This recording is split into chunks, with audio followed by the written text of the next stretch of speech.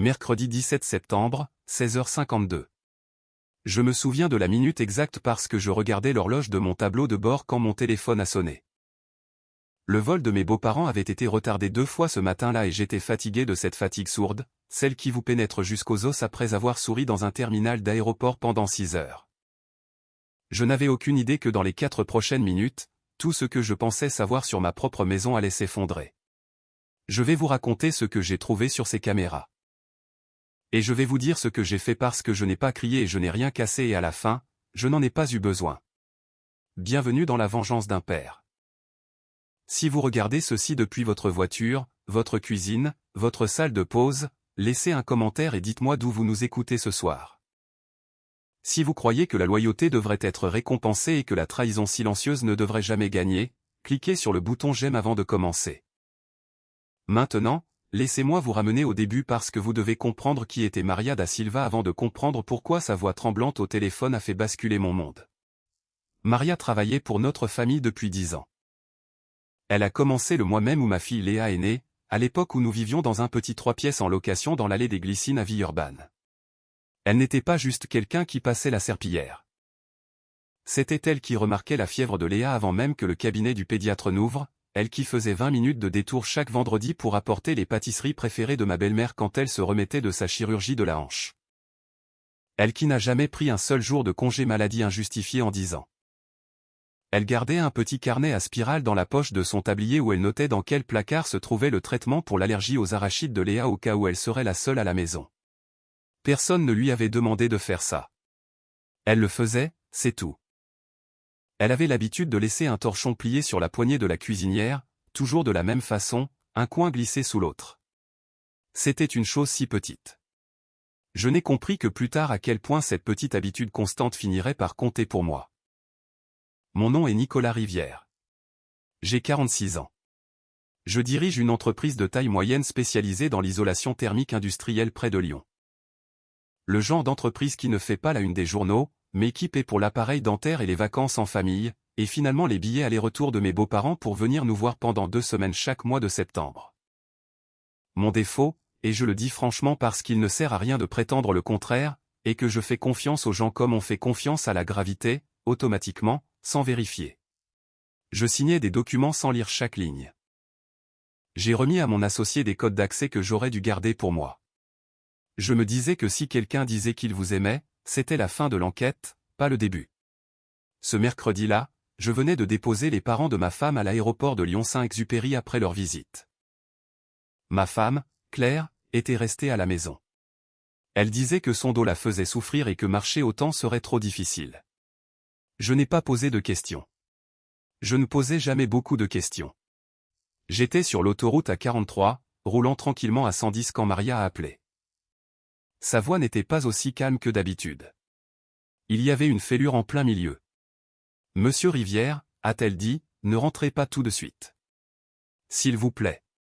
Regardez vos caméras d'abord. » Je lui ai demandé ce qui n'allait pas. Elle n'a pas voulu dire. Elle a juste répété, « S'il vous plaît, regardez les caméras. » Et puis elle a dit qu'elle devait y aller, et la ligne a coupé. Je me suis garé dans une station-service sur le boulevard périphérique, les mains un peu tremblantes, et j'ai ouvert l'application de sécurité sur mon téléphone. Nous avions installé les caméras 2 ans plus tôt après une série de cambriolages dans le quartier. J'avais même oublié qu'elles fonctionnaient encore la plupart du temps. La caméra du salon montrait mon beau-frère non, je dois dire les choses comme elles se sont réellement passées. Ce n'était pas mon beau-frère. C'était Damien Morel, mon ami le plus proche depuis notre 2e année à la faculté de Lyon. L'homme qui s'était levé à mon mariage pour lire un poème qu'il avait écrit lui-même sur la loyauté qui dure plus longtemps que le beau temps. Damien était assis à ma table de cuisine. Claire était en face de lui. Et étalés sur la table entre eux se trouvaient des documents, des pages imprimées, un dossier, mon dossier, le bleu marine dans lequel je gardais les copies de l'assurance de l'entreprise et les titres de propriété, normalement enfermés dans un tiroir de mon bureau à la maison. J'ai monté le volume. Le son était faible, mais j'en ai entendu assez. J'ai entendu Damien prononcer le mot signature 2 fois. J'ai entendu Claire rire, pas un rire chaleureux, un rire court et sec, et dire, il ne s'en rendra même pas compte avant que ce soit déjà fait. Je suis resté assis sur le parking de cette station-service pendant 11 minutes sans bouger. Un homme dans un utilitaire Citroën s'est garé à côté de moi pour prendre de l'essence, a fait son plein et est reparti. Je ne l'ai pas vu arriver ni partir. Je regardais la main de ma femme posée sur celle de Damien, là, sur ma table de cuisine, à côté d'une pile de papier avec mon nom imprimé à des endroits où je ne l'avais pas mis moi-même. Je veux être honnête sur une chose. Je n'ai pas explosé. Je ne suis pas rentré en trombe pour ouvrir la porte. Quelque chose en moi est devenu très calme, de la manière dont un lac devient immobile juste avant une tempête, pas après. J'ai rappelé Maria. Elle a décroché à la première sonnerie comme si elle avait tenu le téléphone dans sa main. Depuis combien de temps cela dure-t-il, lui ai-je demandé. Je ne sais pas avec certitude, monsieur Rivière, a-t-elle répondu. Je lui ai demandé pourquoi elle risquait son travail pour me dire ça. Elle est restée silencieuse une seconde, puis elle a dit quelque chose à quoi je pense chaque jour depuis. Parce que vous m'avez payé alors chaque mois pendant 10 ans, même le mois où votre père est décédé et que vous aviez presque tout oublié d'autre, quelqu'un dans cette maison doit être honnête avec vous. Je ne suis pas rentré chez moi ce soir-là. J'ai dit à Claire par SMS que je restais dans un hôtel près de l'aéroport parce que j'étais trop épuisé pour conduire plus loin, ce qui n'était pas tout à fait un mensonge, juste pas toute la vérité. J'ai pris une chambre dans un Ibis Budget, je me suis assis sur le bord du lit et j'ai lu tout ce que Maria avait écrit dans ce petit carnet à spirale, retranscrit sur une page propre et photographié pour moi. Des dates, des heures, la mention d'un document qu'elle avait entendu appeler un acte de cession, la mention du transfert de 40% des parts de mon entreprise dans une sorte de trust de holding avant que, selon les mots de Damien, ils ne deviennent plus malins à ce sujet. Voici ce que je n'ai pas fait. Je ne les ai pas confrontés cette nuit-là. Je n'ai pas appelé un avocat en hurlant. J'ai laissé décanter. Non, je me suis laissé ressentir exactement à quel point cela faisait mal parce que prétendre le contraire m'aurait rendu stupide 2 fois, une fois pour ne pas l'avoir vu et une fois pour avoir voulu passer outre trop vite. Jeudi 18 septembre, 9h14 du matin. J'ai appelé mon avocate, une femme nommée Catherine Vallée qui gérait mes contrats commerciaux depuis 6 ans. Je lui ai dit ce que j'avais vu. Elle est restée silencieuse un moment, puis elle m'a posé une question qui a tout changé. Nicolas, quel nom figure réellement sur l'acte de propriété de la maison et quel nom détient la majorité de Rivière Isolation? Le mien. Seulement le mien. Claire n'avait jamais été ajoutée à l'un ou l'autre, quelque chose que j'avais eu l'intention de corriger pendant des années parce que je pensais être de l'équité et que je n'avais jamais pris le temps de faire. Ce matin-là, j'ai compris, peut-être pour la première fois, que ma propre procrastination m'avait accidentellement protégé. Je n'avais pas envie de fêter ça. Je me sentais mal parce que cela signifiait que la paperasse sur ma table de cuisine n'était pas une erreur ou un malentendu. C'était un faux en écriture en cours. Quelqu'un avait rédigé des documents conçus pour imiter ma signature. J'ai passé les 9 jours suivants à vivre comme un homme regardant une tempête se former à l'horizon, comptant la distance entre l'éclair et le tonnerre. Je n'ai pas dit à Claire que je savais. Je continuais à rentrer normalement. Je l'embrassais sur la joue normalement. Je la regardais cacher l'écran de son téléphone quand j'entrais dans la cuisine, une chose que j'avais l'habitude d'excuser et que je voyais maintenant avec d'autres yeux. Damien est passé 2 fois cette semaine-là, les 2 fois quand j'étais encore au bureau. Sauf que je n'y étais pas. J'étais garé 2 rues plus loin dans ma voiture, regardant son véhicule entrer dans mon allée sur le flux de la caméra. Catherine a travaillé vite et discrètement. Au 4e jour, elle a confirmé que le tampon du notaire sur l'un des projets de documents appartenait à un office qui avait eu sa licence suspendue 6 mois plus tôt pour exactement ce genre de choses. Au 6e jour, elle a trouvé un 2e compte de holding ouvert sous le nom de jeune fille de Claire avec 3 petits virements déjà effectués. Rien d'énorme encore, juste assez pour faire paraître sur le papier qu'il s'agissait d'un compte existant depuis des années. Au 7e jour, j'ai agi discrètement. J'ai rencontré Catherine et j'ai restructuré la propriété de Rivière Isolation dans une fiducie familiale, mais pas la famille à laquelle Claire et Damien s'attendaient. J'ai désigné ma fille Léa comme bénéficiaire principale avec une clause d'acier interdisant tout transfert sans son consentement direct une fois qu'elle aurait 25 ans, ce qui était dans 3 ans, géré entre-temps par Catherine en tant que fiduciaire. J'ai vendu la propriété de l'allée des Glycines directement à un acheteur que Catherine avait trouvé via un collègue au prix du marché et j'ai utilisé une partie de l'argent pour mettre en place quelque chose que j'avais l'intention de faire depuis des années et que je n'avais jamais fait. Un compte de placement entièrement financé au nom de Maria da Silva avec une lettre précisant que quoi qu'il arrive à mon mariage, son emploi et sa sécurité financière ne dépendraient plus jamais de cela. Je n'ai rien fait de tout cela pour punir Claire directement. Je l'ai fait parce que j'avais enfin compris que ce qui m'appartenait devait revenir, sur le papier, aux personnes qui l'avaient réellement mérité. Les appels manqués ont commencé au 8e jour. Claire a remarqué que l'annonce pour la maison était apparue sous un autre nom. 11 appels manqués cet après-midi-là. Le soir, 29.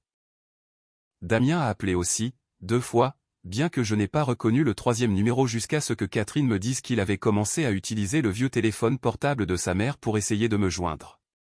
Le lendemain matin, 38 appels manqués à eux deux. Elle n'avait pas encore idée de tout ce que j'avais déjà déplacé, mais elle allait le savoir. Vendredi 26 septembre, 19h20, j'ai enfin répondu. Je lui ai dit de venir à la maison seule. Elle est venue. La voiture de Damien n'était pas dans l'allée cette fois. Elle est entrée en parlant déjà, construisant déjà une histoire sur le fait que je surréagissais, que le dossier sur la table n'avait rien à voir avec ce que je pensais. J'ai posé les relevés bancaires imprimés sur le comptoir, puis la lettre de suspension du notaire, puis les documents de la fiducie avec le nom de Léa, déjà enregistrés, déjà définitifs. Je n'ai pas élevé la voix une seule fois pendant tout ce temps. Ma voix n'a pas tremblé, je lui ai dit.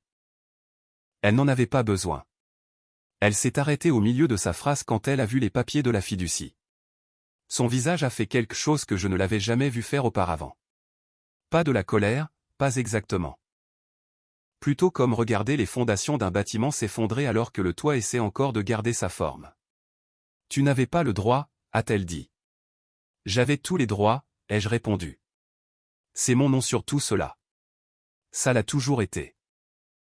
Elle a demandé, plus calmement maintenant, s'il y avait un moyen de revenir en arrière. Je lui ai dit la vérité. Je lui ai dit que je n'étais pas intéressé à la punir pour l'éternité, mais que je n'étais pas non plus intéressé à faire comme si les 9 derniers jours n'avaient pas existé. La maison serait vendue. L'entreprise était protégée d'une manière que ni elle ni Damien ne pourraient jamais toucher. Quoi qu'elle et Damien décident de faire ensuite, ils le feraient sans accès à tout ce qui m'appartenait. Elle est partie ce soir-là.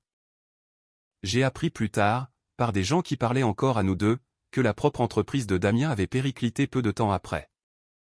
Il s'avère que les faux documents attirent exactement le genre d'attention que vous ne voulez pas, même quand la victime choisit de ne pas porter plainte par respect pour ce qui restait de 10 ans d'amitié.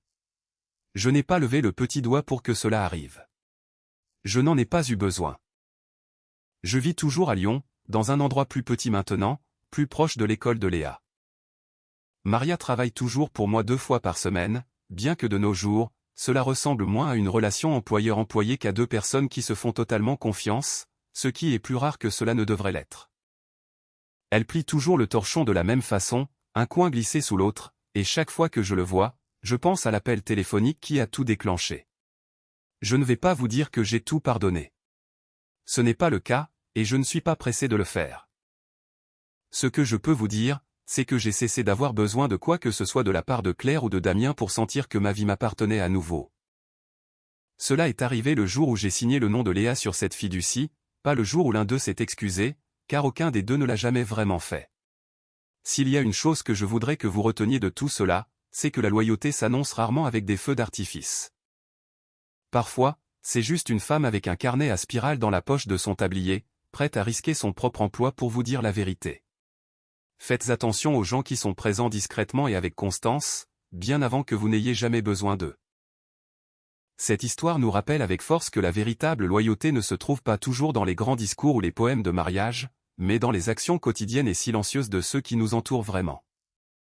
Nicolas a découvert que son cercle le plus intime était prêt à le trahir pour de l'argent, mais c'est une employée dévouée qui a sauvé son avenir par simple sens de l'intégrité.